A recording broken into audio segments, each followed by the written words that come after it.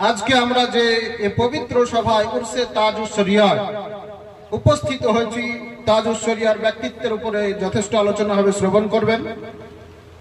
তো যাই হোক, ওনার সম্পর্কে মাত্র একটি বাক্য আমি আপনাদের সম্মুখে প্রকাশ করছি, পেশ করতে চলেছি যে কে তাজুস শরিয়া।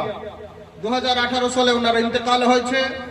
ভারতবর্ষের ঐতিহাসিক জানাজা ওনার হয়েছিল। কোটি কোটি মানুষের উপস্থিতিতে ওনার জানাজা সম্পূর্ণ হয়েছে। তো যাই হোক, ষষ্ঠ বার্ষিকী এ উরসে তাজুস শরিয়াতে আমরা উপস্থিত হয়েছি। আল্লাহ তাআলা ওনাকে মর্যাদা দিয়েছেন, সম্মান দিয়েছেন, বিশাল জ্ঞান দান করেছেন, গবেষণা করার শক্তি দান করেছেন। তো কত বড় গবেষক ছিলেন, কতটা স্মৃতি শক্তির অধিকারী ছিলেন, জ্ঞানের অধিকারী ছিলেন, সেই বিষয়টা সম্পর্কে একটি মাত্র বাক্য বলি।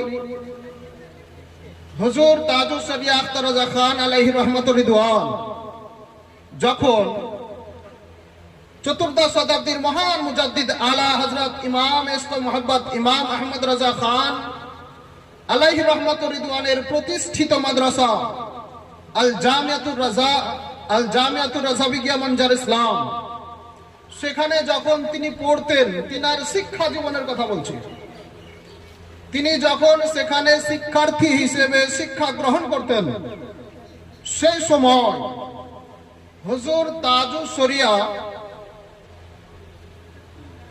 উর্দু, হিন্দি, ইংরেজি পত্রিকা পিওর আরবি ভাষায় অনুবাদ করে নিজ শিক্ষককে শোনাতেন। বলি সুবহানাল্লাহ।